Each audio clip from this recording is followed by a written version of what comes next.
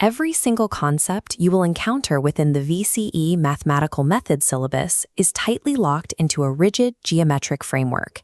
This structure is built on 4 distinct pillars: functions, algebra, calculus, and probability.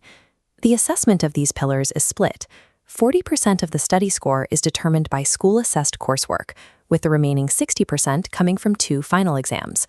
Exam 1 is a 1-hour technology-free test. It evaluates your manual algebraic fluency without the aid of a calculator or notes. Exam 2 is a 2-hour technology active test.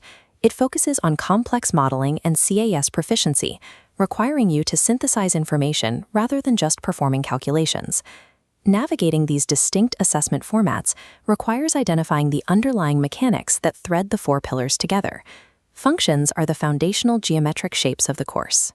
Working with them requires an immediate recognition of their maximal domains and ranges. This library establishes the core shapes: parabola, cubic, hyperbola, truncus, and square root.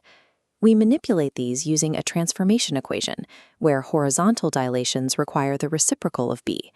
Inverses reflect across y equals x, requiring a 1-to-1 function, often achieved by clipping the domain. Circular functions, sine, cosine, and tangent, are defined by a point's position as it moves around the unit circle. These functions are periodic, repeating their cycles at fixed intervals. For sine and cosine, the period is 2 pi divided by b. For tangent, that interval is pi divided by b. A mastery of these domains, ranges, and transformations allows you to predict the behavior of a model before performing a single algebraic calculation. Algebra provides the mechanics used to combine and solve the shapes established in the previous section.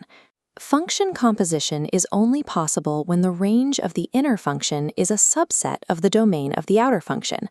When solving polynomials, we use the factor and remainder theorems to break down complex expressions without the need for long division. In higher degree equations, we can often identify a hidden quadratic structure. By substituting a temporary variable, we solve the quadratic and then back-substitute to find the final values. Solving trigonometric equations starts by isolating the trig term to find a base angle. We use the symmetry of the unit circle to generate multiple solutions, adding multiples of the period to these angles to capture every point within the restricted domain. This level of algebraic fluency translates geometric intuition into the exact numerical answers required on the exam.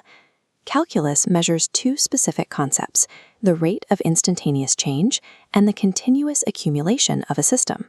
This measurement starts with differentiation from first principles. As the distance between 2 points on a curve approaches 0, the secant line resolves into a tangent, measuring the slope at a single point. Complex equations require 3 core rules: the chain rule for compositions, the product rule for multiplied functions, and the quotient rule for fractions. We find stationary points by identifying where the derivative is 0, then classifying them as maximums or minimums by testing the concavity of the curve. Kinematics applies these measurements to physical motion.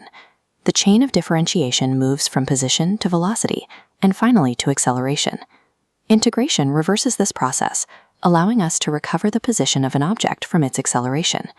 An indefinite integral recovers a general family of functions, characterized by a constant of integration. A definite integral evaluates the area between 2 bounds to provide a specific numerical value.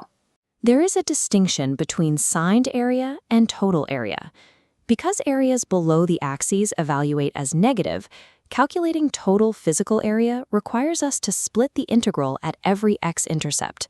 Calculus connects the microscopic slope of a single instant to the macroscopic accumulation of a system over time. The final pillar, probability, uses these functions and calculus to model uncertainty and statistical behavior.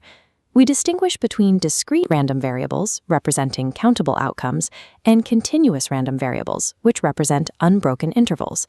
The binomial distribution models discrete data across a fixed number of independent trials, where each trial results in either success or failure. For the exam, you must memorize the mean as n times p and the variance as n times p times the probability of failure. Continuous variables do not have exact point probabilities. Instead, we use integration to measure the area under a density curve across an interval. A valid probability density function is non-negative with a total area of exactly 1.